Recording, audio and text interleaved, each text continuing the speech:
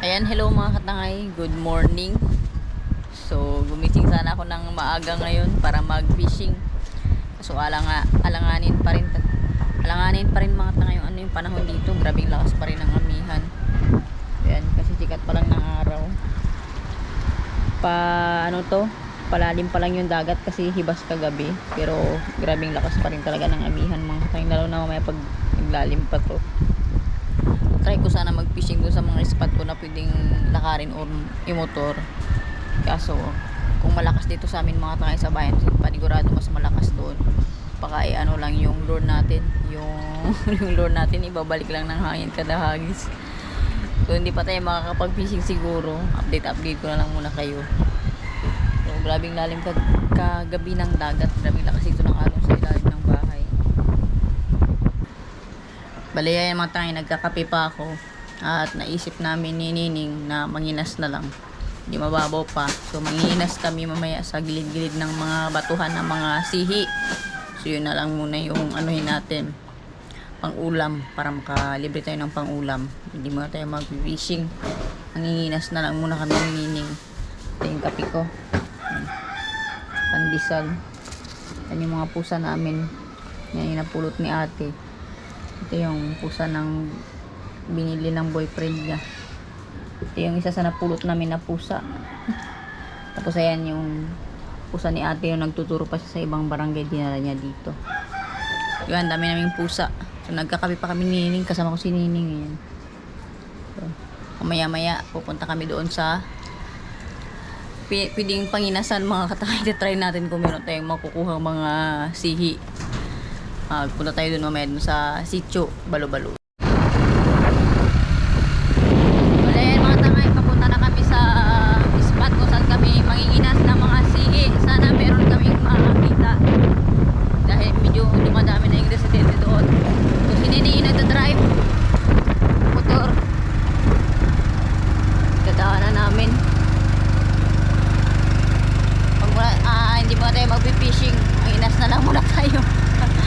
Malakas yung hangin mga tangay. Kapag tansya ko na agad kapag maghahagis ng lure, panigurado babalik ng ng hangin. Sa sobrang lakas ng hangin dito mga tangay, hanging amihan. Pati nga yung mga biyahe dito kansilado dahil sa lakas ng amihan.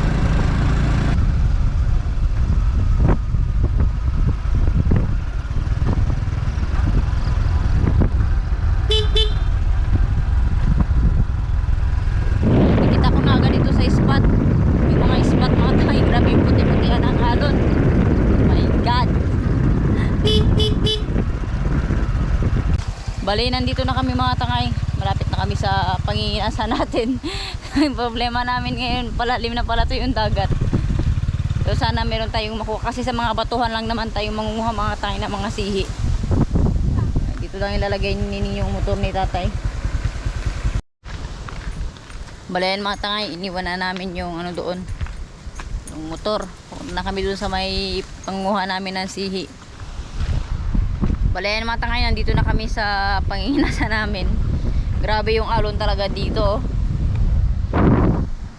Ragasa. Paglalim yan mamaya, panigurado malaki talaga yung alon dito mga tangay. So mag-start na kaming manguha ng target namin na pangulam, sihi mga tangay. Targetin namin mga shells, kung ano yung madaanan namin dito sa may mga batuhan. Malalim na dyan, hindi natin kayang pumasok dyan para manginas. Tsaka maano din yung dagat mga tangay, blurred. So dito na lang kayo mangunguha sa mga batuhan na to. Nining nag-i-start ng manguha. Grabe yung alon dito mga tangay, malalaki talaga. Kaya pala nag-cancel yung biyahe. Ganyan na rin yan yung alon, no? Wow, yan. Dito kasi banda mga tangay, pag dumadaan yan papuntang Ilido, Palawan, dito banda. Grabe yung dyan, yung alon. Nagaano talaga, yung pakiramdam mo mga tangay, yung tiyan mo. Yung tiyan mo parang kinakalkal pag dumadaan dyan. Grabe yung alon dyan, malalaki.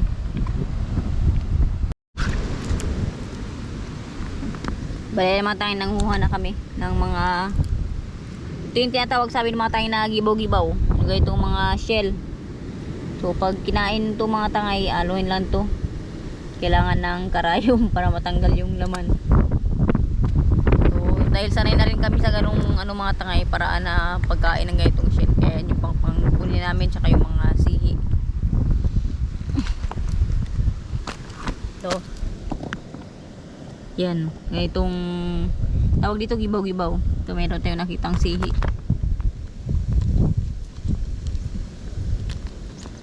Yan. Sihi.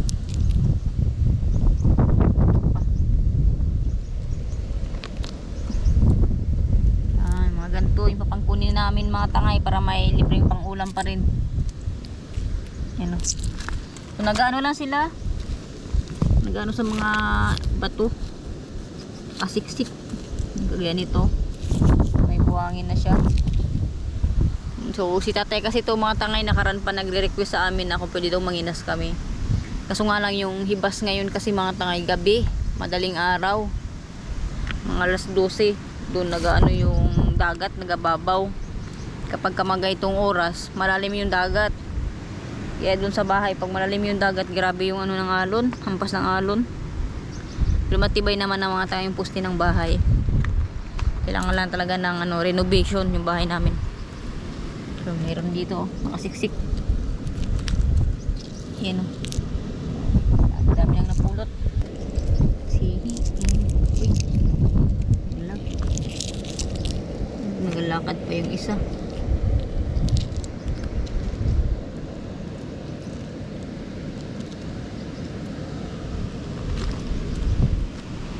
So dito sa amin mga tangay, basta masipag ka lang, kahit dito sa may mga batuhan meron ka talagang makuhang pangulam. Makakuha lang kami ng mga isang ano na ganito, isang tabo, okay na yun mga tangay. Kasi ilan lang naman kami sa bahay, hindi rin mauubos. Sihi. Ayan.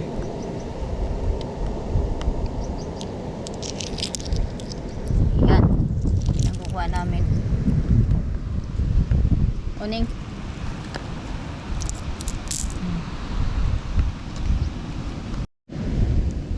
Bale ito mga tayong ganitong shell. Ito naman yung tinatawag dito sa amin na gibaw-gibaw.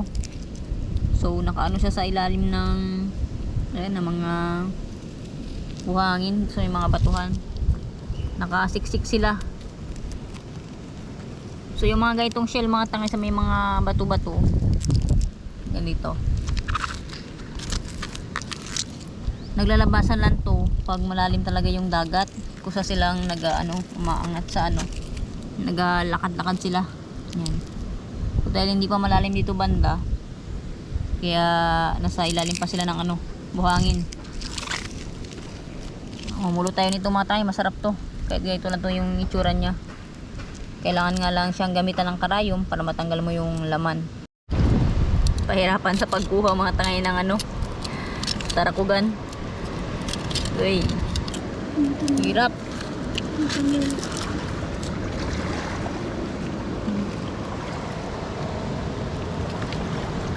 Maliit. Yun na. Yun na.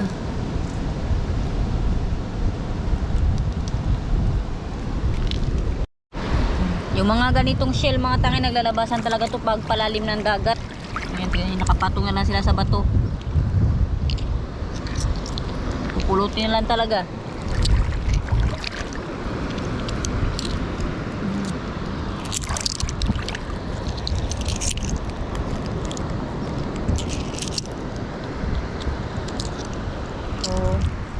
Isa ito sa mga pangulam namin dito sa isla kapag kaamihan. Nanginginas kami mga tanga na mga ganito, na mga sihi. Labasan sila oh. Kapatulang sila sa mga bato. Ayan nyo. Ayan na sila. Diba?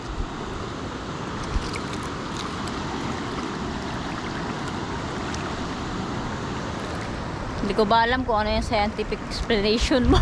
Scientific explanation ng na to mga tangay ng sihi kung bakit naglalabasan sila pag malalim. Pero kapag ka mababaw halos wala kang makita.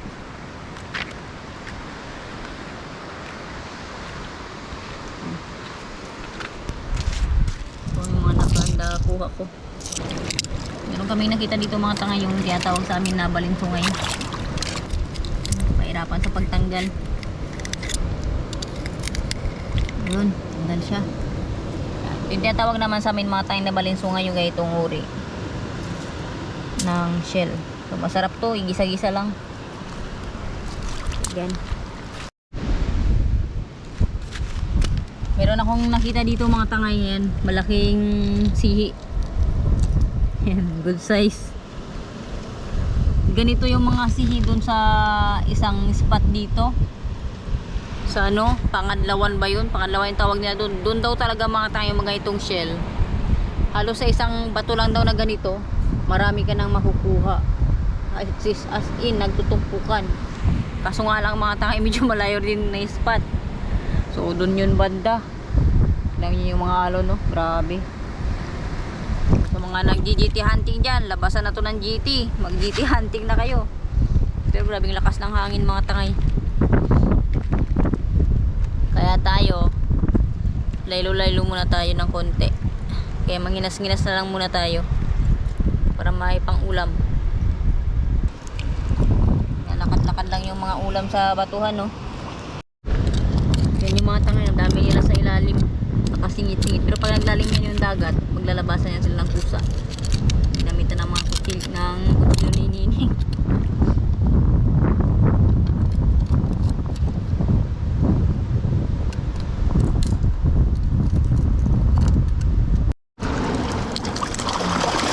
Uy! Nay na. Tanggal na, yun. Isa pa.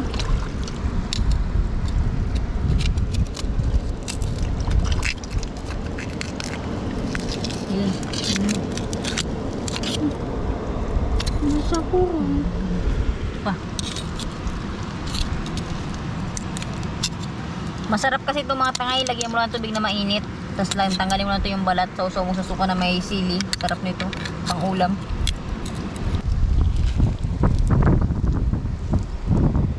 Yan mga tangay, ito yun yung mga nakuha ko. Yung iba dun, kinining na. Hindi. Paano daw? Lagay.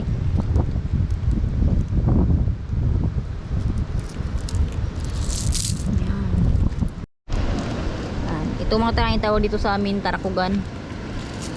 Ito yung itsura, yung likod niya. Tapos ito naman yung kanyang harap. Ayan. So masarap to mga tangay kapag kahit isawsaw mo lang sa suka na may sili. Pero before nun mga tangay, kailangan mo muna siyang anuhan, lagyan ng mainit na tubig para matanggal to, yung kanyang shell sa gitna. Saka ito, mabilis matanggal kasi matigas to mga tangay. Kaya kailangan mong painitan ng tubig para maano. So isa to sa pinagkukuha namin, isa din to sa request ni tatay na mangunguha din daw kami. Masarap kasi to mga tangay.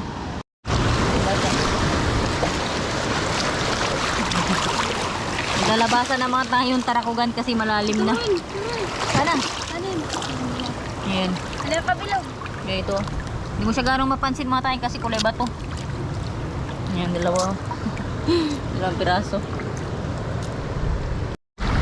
Lalim na mga tayo ng dagat. Kaya dito lang kami nagapang tingin-tingin kung meron pa kaming makikita. Sayang, nag-less na sana yung ano, yung hangin.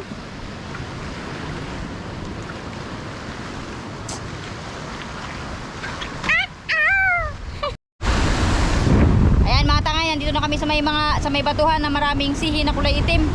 Namumulat na si Nining, pero tingnan yung alon, grabe. Ang lalaki, my god. Ni, nangayin ka ni.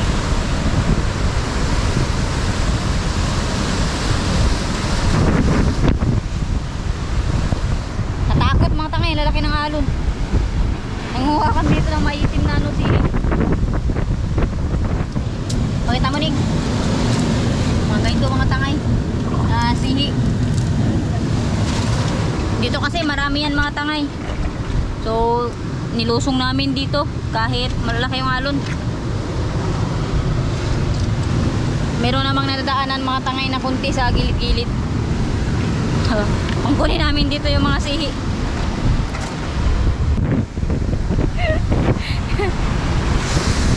Grabe yung alon, mga tangay.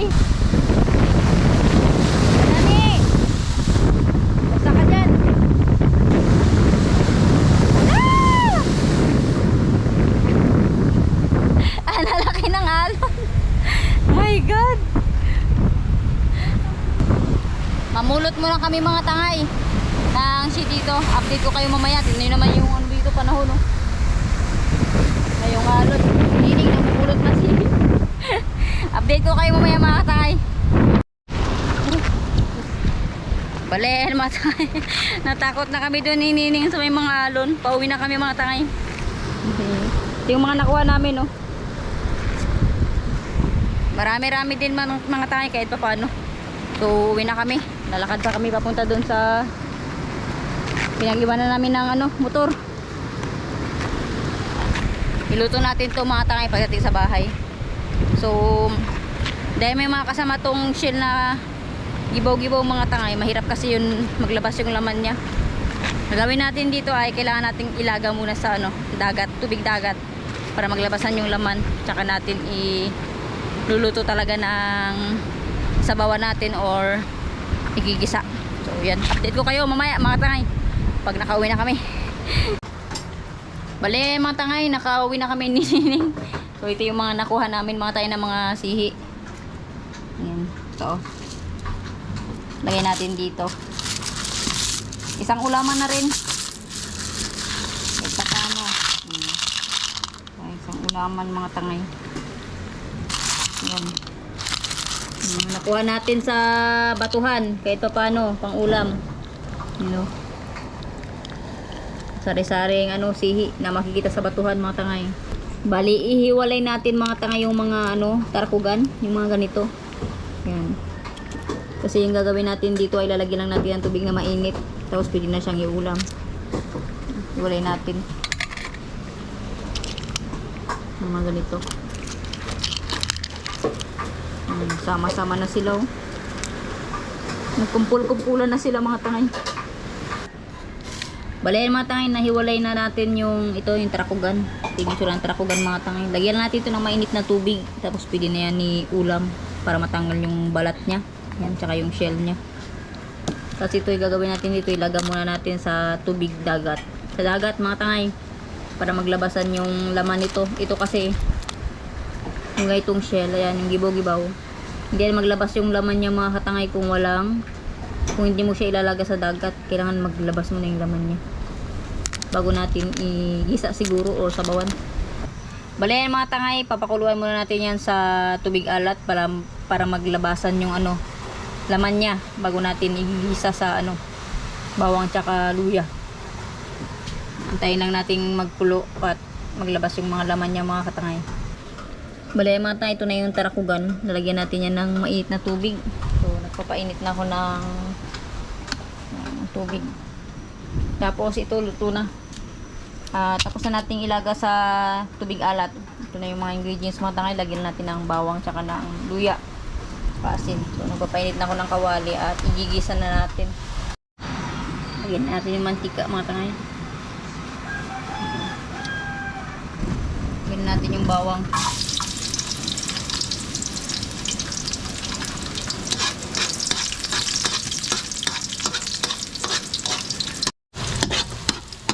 Lagay ko na rin mga tangay yung luya. Luya. Yung ating main ingredients mga tangay. Ating ginisang shell. Lagyan natin tumatang yung shell.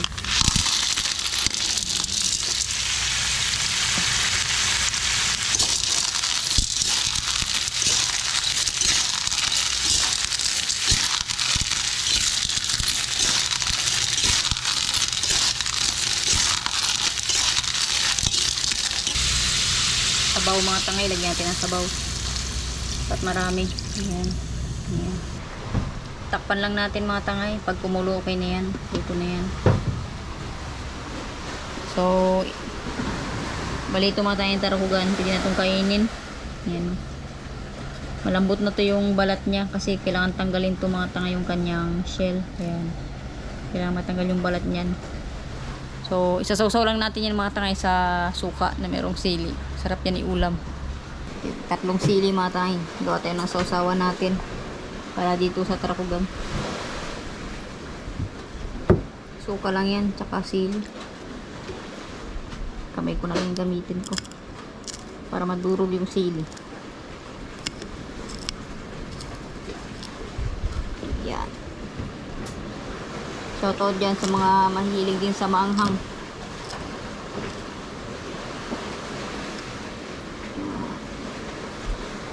Yan yung sausawan natin mga tangay.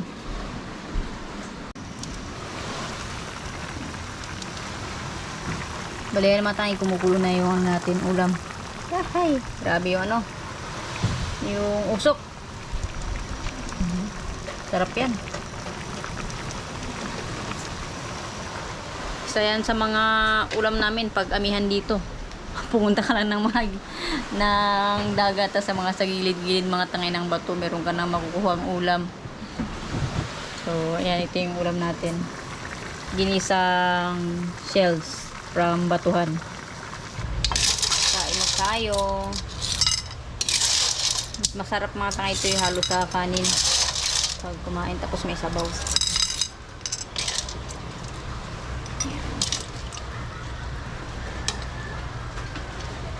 Bale mga tangay, bumila ko ng ito. Tawag sa amin dito ay pintal. Tagalog yata ay perdible. Ito yung gagamitin natin pangkuha ng laman ng shell mga tangay, yung perdible. Sarap ito mga tangay, yung tarakugan. Ito yung itsura niya. Tatanggalin natin to, yung kanyang shell, tsaka yung balat niya. So lalagyan lang natin yan na mainit na tubig para matanggal yung balat niya. Mabilis matanggal. Para siyang ano mga tanga yung itsura niya, parang linta. Pag kinukuha mo, tapos grabe na siya magdikit sa bato. Tanggalan natin yung balat niya. Ito na yung shell, tatanggalin natin sa gitna.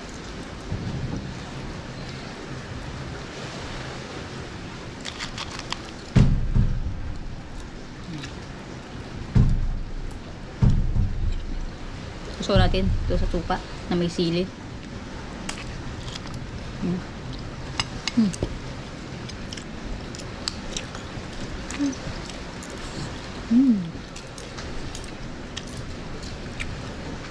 Kawan. So, lahat mga tangay na nakuha natin sa gilid ng bato, kailangan gamitan ng karayong yan para makuha natin yung laman. Dali lang naman gawin mga tangay. Kinuha mo yung laman, yung bis lang.